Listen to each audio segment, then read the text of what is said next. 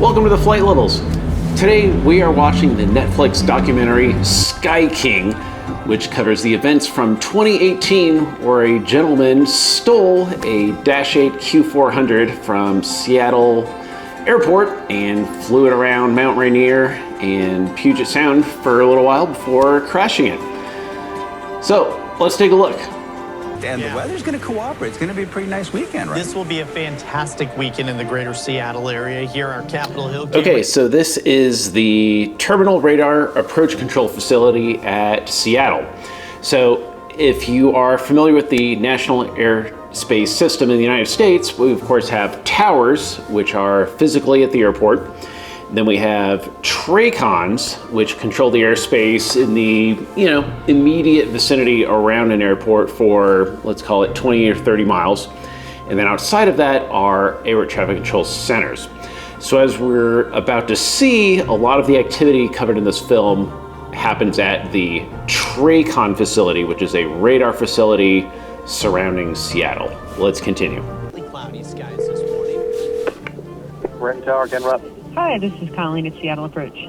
Hi, Colleen. How are you? Pretty good. How about you? Just dandy. Oh, good. Sea-Tac is considered to be a Core 30 airport, which means it's one of the top 30 busiest airports in the United States. Okay, so this is Colleen, and she is one of the supervisors at Seattle TRACON. And as she describes here, she definitely worked as a controller at some point, but now her job is basically to oversee all of the controllers that are working. So anything unusual that happens in the event of a day for a controller, they're gonna let her know, and then she deals with that situation and allows the controllers to just focus on separating traffic. It was a normal shift up until I got that call. Departure 2006, 2300 for 3000. Resonator 2006, shuttle departure, radar contact, clear direct band. Yep, and what you're listening to now is some audio recording of usual traffic departing Seattle, talking to the departure control. And here we see some preliminary footage of Beebo jumping in the airplane, but the film goes into more detail about what we're seeing in a few minutes here.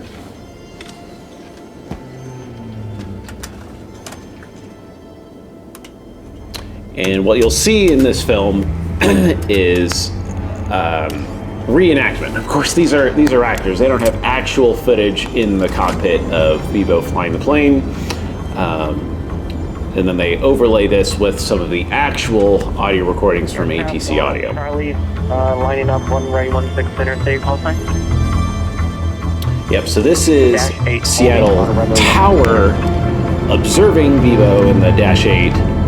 And he is unsuccessfully trying to get a hold of him because Beebo's probably not on the tower frequency.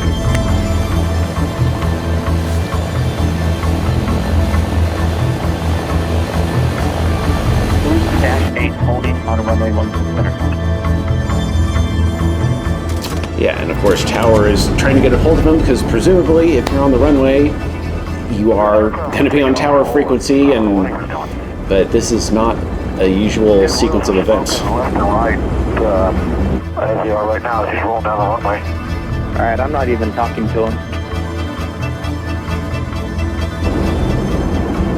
Seattle ground, Verizon guy, about to take off. It's going to be crazy. Yeah, so as a controller, as soon as you start seeing something out of the unusual like this is the moment where you turn around and say, hey, supervisor, here's what's going on.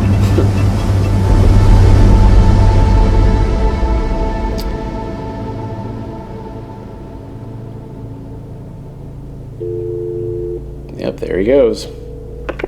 Approach, Colleen. Hey, Clint. Is this Jason? Yeah, hey, we just had a Dash 8. He's just taken up taxi out of Cargo 1. He never called us. Okay. He is climbing just off the south end, about a mile. Okay, I think I see it. We have no contact with him. Okay, I'll take care of it. I'll be right back to you. Bye. Yeah, so that phone call we just heard, like I said, the controller in the tower, he saw something unusual, turned around to his supervisor. Hey, Soup, we got this guy just took off without a clearance. So that supervisor called the TRACON, because that is now the radar facility that this Dash 8's flying through. And so now Colleen is the supervisor of the facility in charge, and she's going to handle it as the supervisor. You've reached the FAA Washington Operations Center. Be advised, all calls may be recorded or monitored. Just answer. Please stand by. Headquarters. Go ahead, Seattle. Hey, this is Colleen at Seattle Approach Control. We got a potential very serious situation. Everything pointed to it being a hijack. This is Yeah, amazing. so the phone number that Colleen just called is called the Domestic Events Network, or the DEN. And basically it is a phone line that all possible parties that need to know about weird stuff in the NAS are constantly listening in on. And so as a supervisor observing some weird stuff, that this is a very usual first step of calling the DEN and saying like, hey, here's what I see. And then, people way high up on the chain can start gathering information and figuring out what to do about it. So this is a good moment to stop and pause and talk about some of the logistics about what we're seeing here. So of course, this gentleman Beebo in the Dash 8 is not a pilot, and his knowledge of the air traffic control system is limited. Now, as a ramp worker, he does have some knowledge about tuning frequencies in the Dash 8, because part of their procedure would be to talk to ground control or ramp control. So he is familiar with how to use the push-to-talk button and how to change frequencies.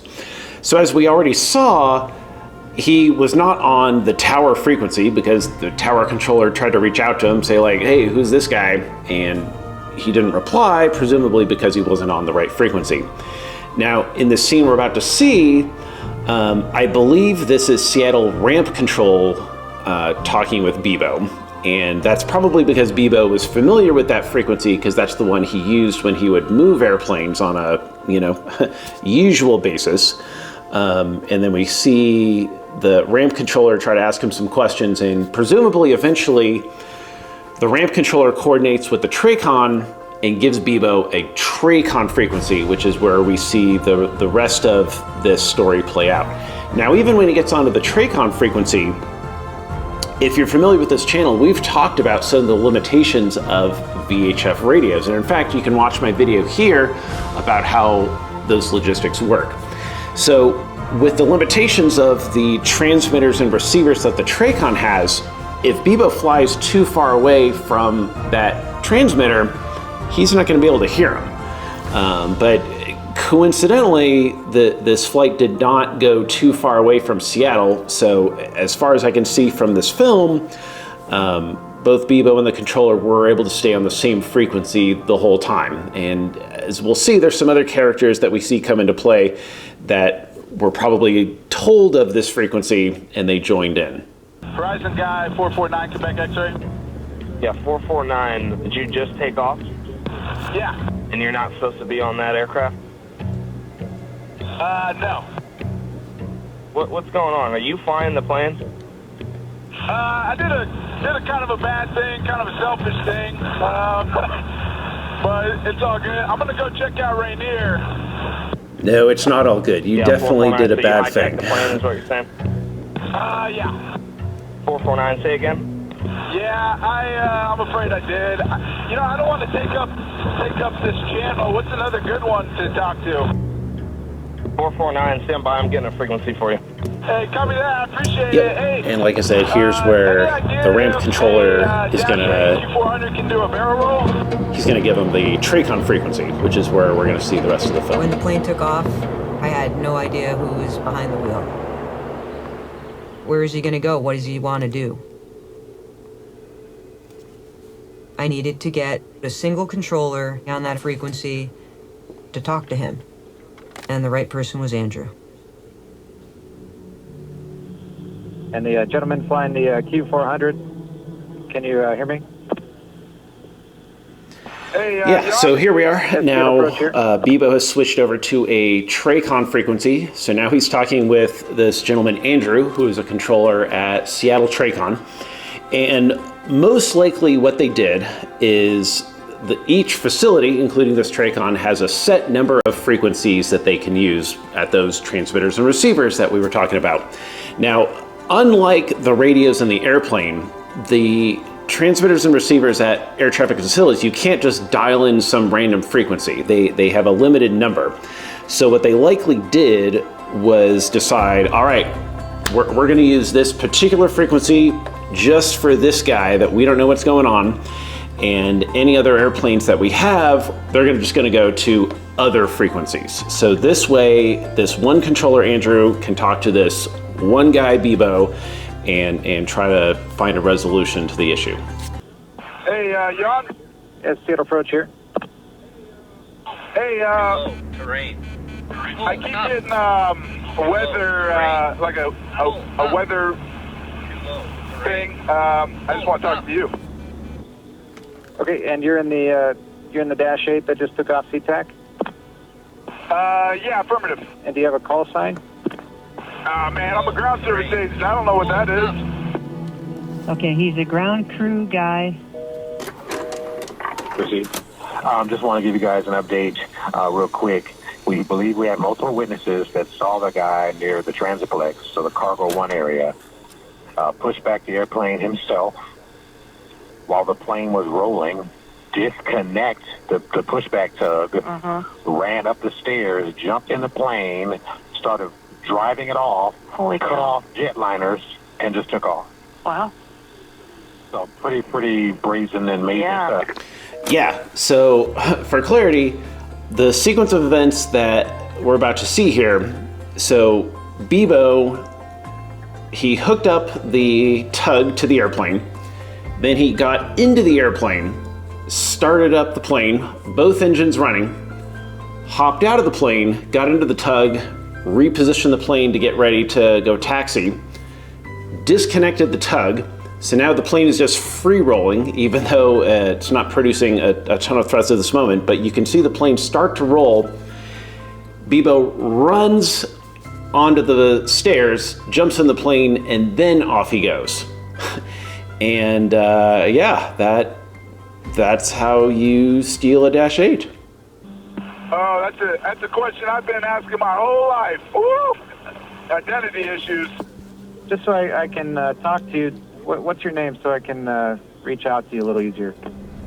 And this is a great job by the controller, just establishing rapport, just getting the guy to talk. You know, hold on. Shoot, man, I'm sorry about this. I hope this doesn't ruin your day. No, you're not ruining And my what day. some of you may be surprised about is, at least when I was a controller, I had very little training for situations like this. Basically what you're trained to do is tell your soup what's going on and do whatever they tell you. So this is great that this controller is doing a great job. And then that voice you just heard there was Colleen talking to that den phone line, just sharing information with those higher ups, including the military, so that they can figure out what they want to do. In a pickle. As far as just flying the plane around, you seem comfortable with that? Oh, hell yeah, it's a blast, man. I played video games before, so I know what I'm doing a little bit. That's when I realized he hasn't ever flown an airplane before. Okay, and you can see all the terrain around you. You've got no issue with visibility or anything? Nah, everything's peachy. Yeah, and that's true. He had not flown an airplane before, but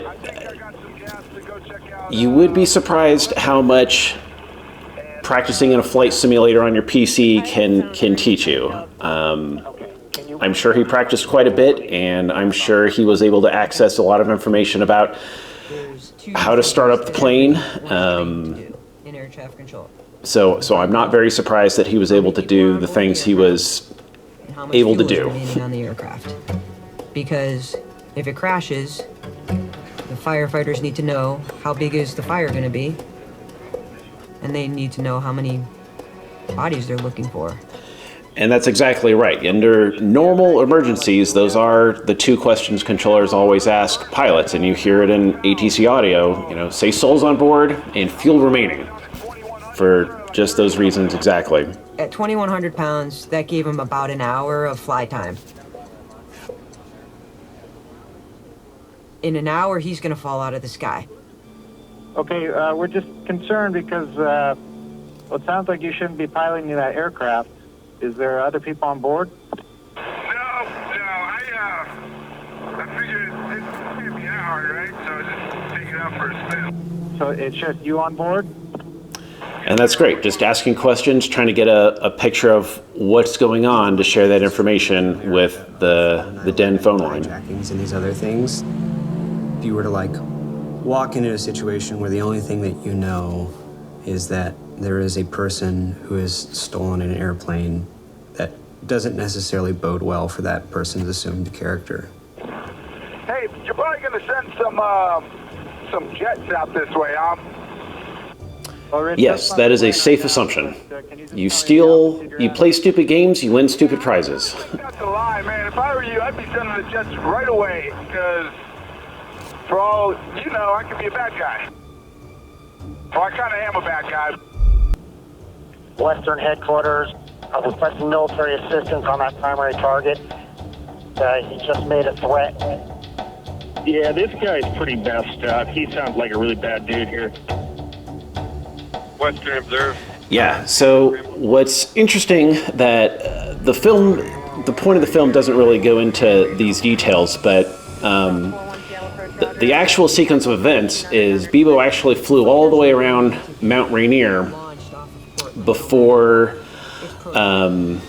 NORAD even scrambled any jets, which is a little surprising to me, because I feel the air traffic supervisor, Colleen, she did feel it was worthy of, this is a big problem. But for whatever reason, NORAD did not scramble the jets we're about to see for several minutes. We'll never know for sure exactly why that was the case, but so what you're hearing now on that Den phone line is NORAD saying all right, we have heard this threat, time to launch the jets, here we go. And we're scrambling for us. Thank you. Rock 4-1, active air scramble in the descent. Yeah, remember Rock 4-1, that's going to be the call sign of the fighter jet pilot. We're going to see more of them throughout this film. Launched off of Portland no matter what. It's protocol. If you steal a commercial airliner, there's gonna be fighters on your tail at some point in time. What's going on? We got an airplane circling our neighborhood with 2 jets.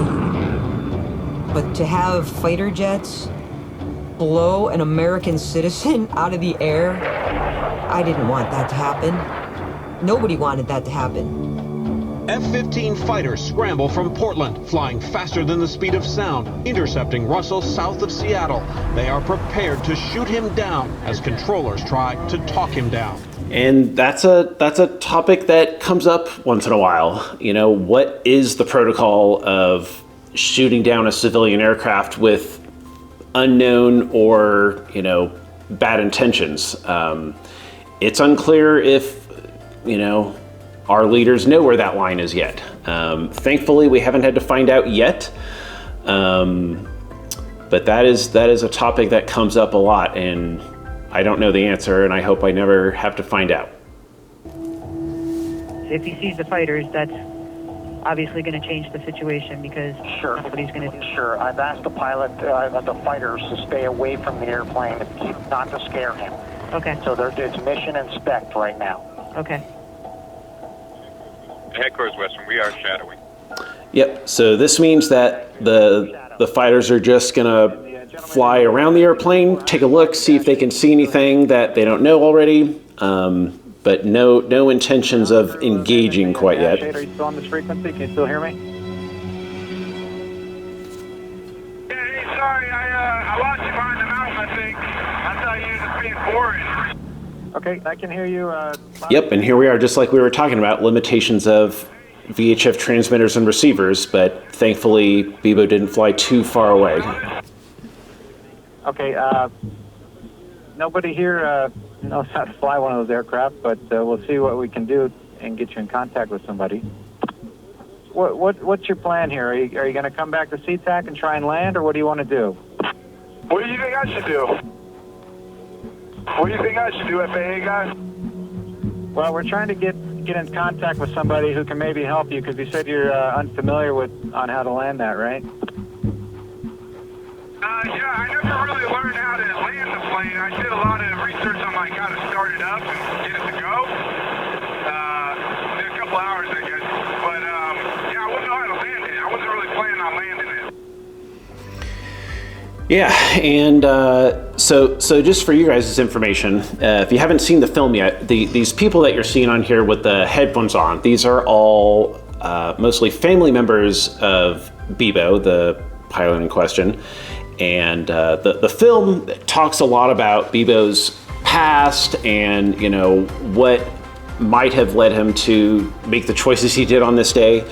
And it goes a lot into some political and some touchy subjects, but here at the Flight Levels, we're here to just talk about the air traffic control and pilot side of things. So if you're interested in that aspect of the film, be sure to take a closer look at it on Hulu. Andrew, will you take control instructions? Just ask him, will you accept control instructions? Hey, what's your name, FAA guy? Rich, my name's Andrew, and is there any chance that I can give you some headings or some control instructions to help you out here? And that's a great question. He might say yes. But if I were to give you like a heading, maybe you could look at the compass. If I gave you a heading, that would be what the compass says. Oh, right near the jets, huh? You gonna take me to the jets? No, I'm not taking you to any jets. I'm actually keeping you away from aircraft that are trying to land at Sea-Tac. Oh, okay, yeah, I don't want to screw with that. I'm glad you're not, screwing up everyone else's day on account of me.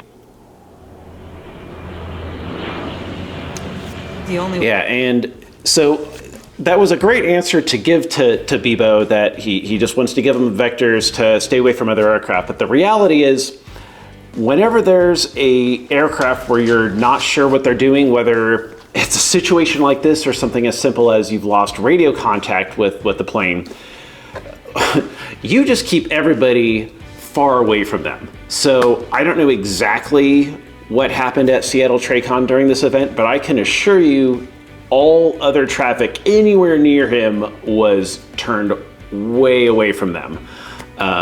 So there was never any civilian aircraft anywhere near this when it was happening. That was just a solid answer by Andrew, the controller, to keep the conversation going and try to help steer Beebo towards an area that was favorable to the situation. The way out where nobody dies is if he lands the plane successfully. But we have a pilot with zero experience. We can't have him land just anywhere. It has to be a runway that is long enough and wide enough for a Dash 8 to land on it.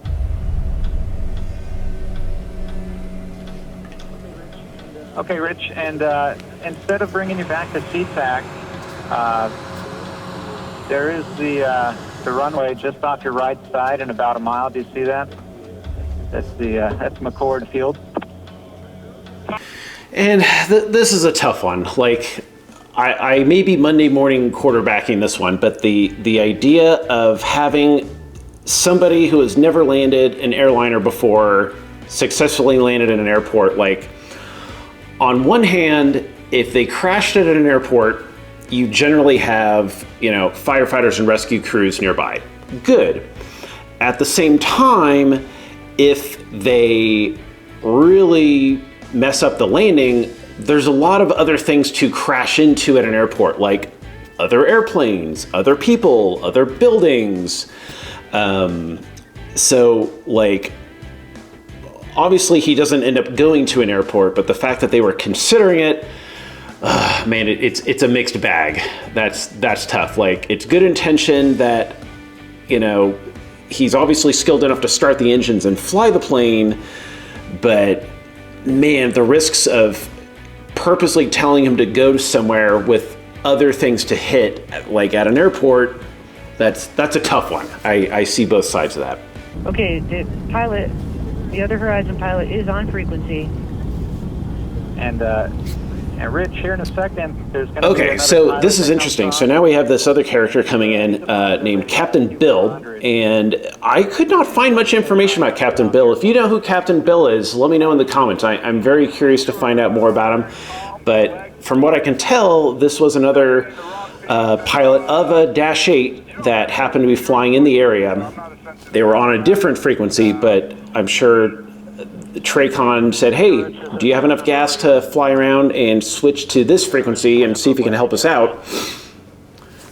So here's Captain Bill talking to Beebo. All right, well, how fast are you going right now? I hear the speed horn going on. Where do I see that at? Yeah, he's at 300 knots over the ground.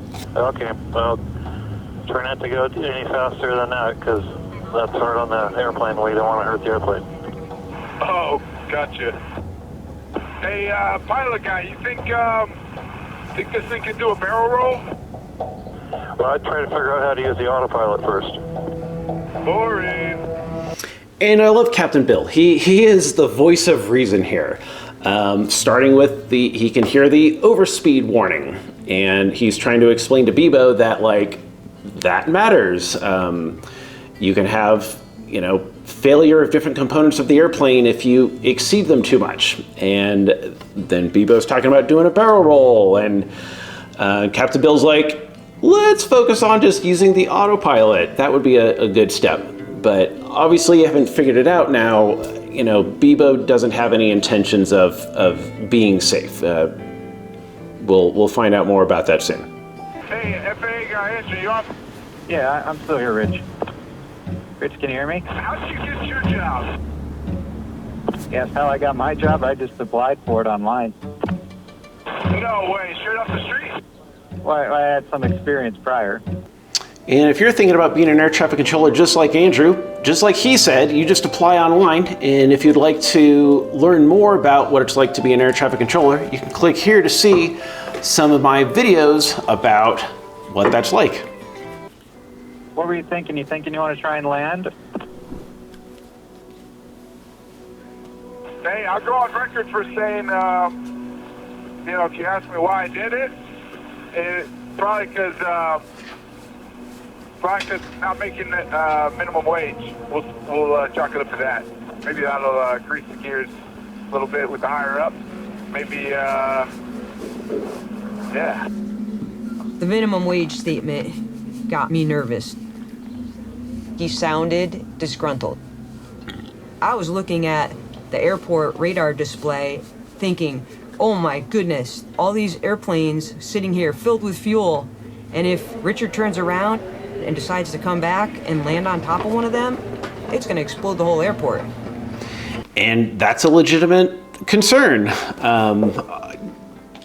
Yeah, I would be concerned about that. He's disgruntled, essentially making threats. Yes, I would be concerned about that as well. All right, what we're gonna do is we're gonna keep him in non-populated areas, like the vector, keep him over the sound.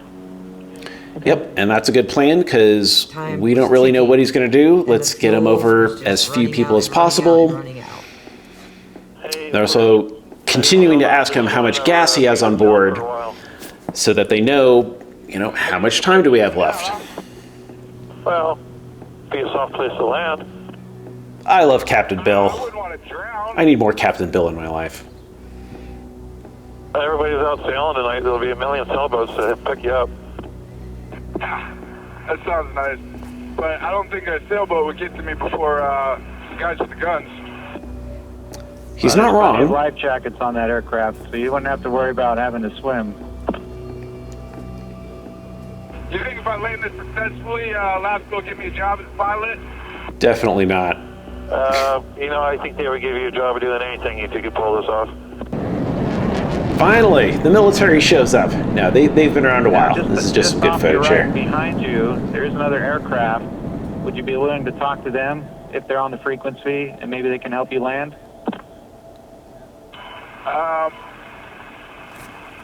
Sure. I mean, I'm always down to talk to people.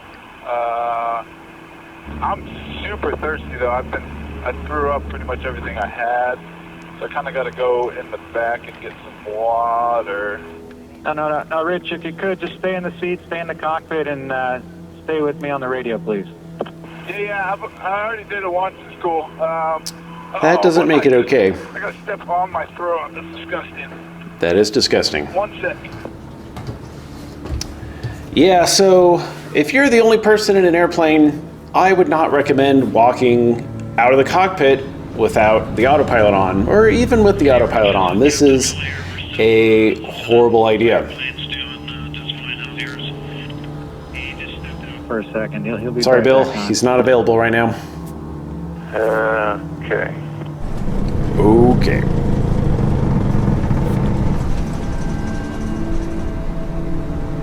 I love these sound effects they've added, making the plane sound like the black pearl on the seas creaking. All right, I'm back. All right, Rich, welcome back. So, did you give any extra thought as to what you want to do? Do you want to try and land a McCord, or were you thinking about on the water, or what are you thinking? I kind of fly by the seat of my pants. Pun intended. Rock 4-1, do you want vectors for the intercept? Rock 4-1, Beebo is able to form up for 229 Yeah, so this is Rock 4-1, the fighter, and of course they have the ability to talk on both VHF and UHF. So that was them talking on probably on a UHF frequency, so Beebo couldn't hear them because they were talking about joining to intercept. So to me, this means they're getting a little more serious. They're wanting to engage a little bit more. Western. Equates to 15 minutes fuel. Western. Yeah, and when they say Western, that is NORAD. So those are the folks at the military giving commands to Rock 4-1, which is one of the F-15s out there. So you've made a right turn to the west now, so if you could just stop your turn and then keep it nice and level there, and then we can start talking. Maybe we can set up something, maybe a place for you to land. Yeah, I don't think I'm gonna land it. In a safe kind of manner. I think I'm gonna try to do a barrel roll, and if that goes good, I'll just go nose down and call it a night. Well, no need to do that. If you could just start a turn to the right, and then I'll tell you when to stop turning, and then you can keep. And that's a good job by Andrew. Just redirect the conversation. Let's talk about something else. Climbing a little bit. But unfortunately, it's not working too well. 5,000 feet at least to be able to pull this barrel roll off. Really, there's no safe altitude for that. Captain Bill for the win. I wouldn't even try it. You're going to hurt somebody on the ground. So this is the part of the film where Beebo does a barrel roll. And, you know, this is an incredibly reckless thing to do. And, you know, Beebo's going to do Beebo, but the filmmakers, I absolutely hate that the way they covered this. They are glorifying this incredibly reckless thing, and they're making him out to be a hero, and they're playing this dramatic music. And then we'll even see at the end of this where his family member is like, oh man, it was, you know, so amazing that he didn't have any training and he was able to make this plane do something it was never designed to do, and just make him seem like this rock star pilot. And like, no, just no. This is a horrible thing. There is nothing good about this person's choices. Now, if we want to have a separate conversation about what he was upset about, and if those were wrong, fair game. I am absolutely open to that conversation. And this film does have that conversation, but it didn't need to have this scene where it glorifies this incredibly stupid maneuver. Let's take a look.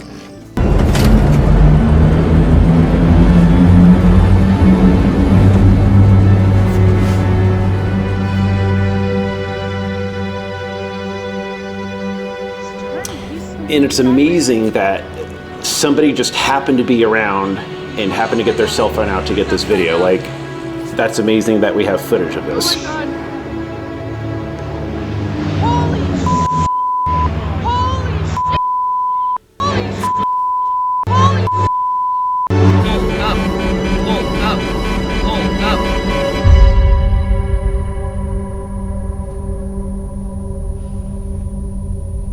Dangerous.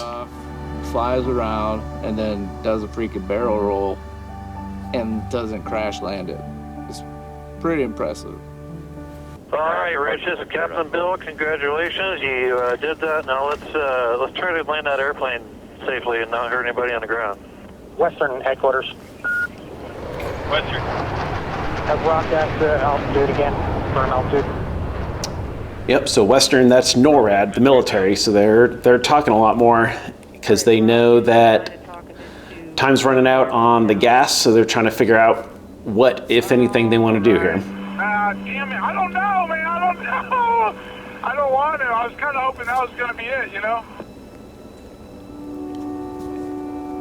Hey, Rich, how much fuel you got left on there? Over 500, like 550. Okay. So at 550 pounds of fuel, that's about 5 minutes of flight time. It's decision-making time for the fighter pilots. Dan, I don't know how familiar you are with this area, but basically we have a lot of islands and a lot of... Yep, so Colleen, who is very familiar with this area because she lives in Seattle, she's trying to share the information about the geography about where Beebo's flying over right now, and she's trying to share that, like, hey, it's kind of an unpopulated area, so that might be an opportunity if the fighters want to do something. Nobody has just kind of giving you a heads up. Rich, you still there?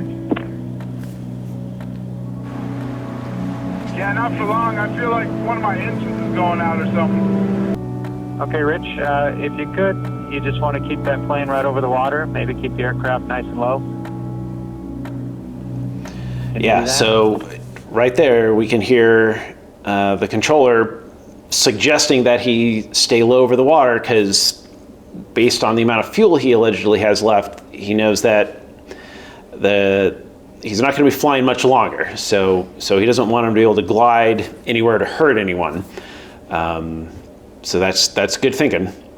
4-1, can you just verify that he's still over the water there? Hey, Rich, this is Captain Bill. How's it going up there? All right, just got a report on another phone at Rock 4-1, a report splash. Okay. And target fade at 0348, target fade. And that's interesting. I've never heard the phraseology target fade. Colleen here. Obviously that means he's no longer on the radar, but that's just weird. I've never heard those words before. All right, Rock 4-2 reported that he hit the island. And of course now the fighters are giving the visual confirmation of what has occurred, which is too bad. You know, loss of life is tragic, and I wish this would have turned out differently. I looked at him and I could just see it in his face that he was devastated. And we cried, and I said, I'm sorry. I needed you to do that. You were the one I needed. Please don't go home alone. Don't go home. Stay here with your friends. Call your parents, call someone. Don't go home. Don't be alone now. And I don't know Colleen other than what I've seen in this film, but she seems like she is likely an excellent supervisor. I'm glad that she pulled that controller aside and shared those words with him that he should not be alone. That is a horrible thing to go through as a controller. I was lucky in the short time that I was a controller. I never had to be a part of any crashes, but I've talked to controllers that had been, and that sucks. I really hope that controller got the support he needed, and I'm glad he has a supervisor like Colleen who was definitely there for him on that day.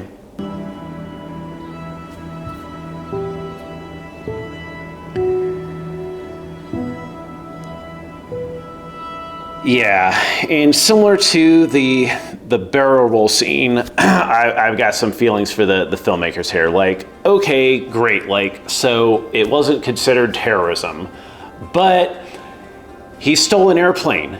That is still a huge, not okay thing to do. Call it what you want. I don't think the fact that it wasn't terrorism makes his choices any better. And, you know, again, I am all for having a conversation about the things that Beebo was allegedly upset about, but glorifying him for stealing an airplane and doing the things he did is awful. And I wish the filmmakers hadn't done that. So there you have it. That was Hulu's Sky King from the viewpoint of me, Joe, who's a former air traffic controller and a flight instructor. If you've enjoyed this, please hit that subscribe button. Be sure to check out flight-levels.com, and remember, don't just fly, climb to the flight levels.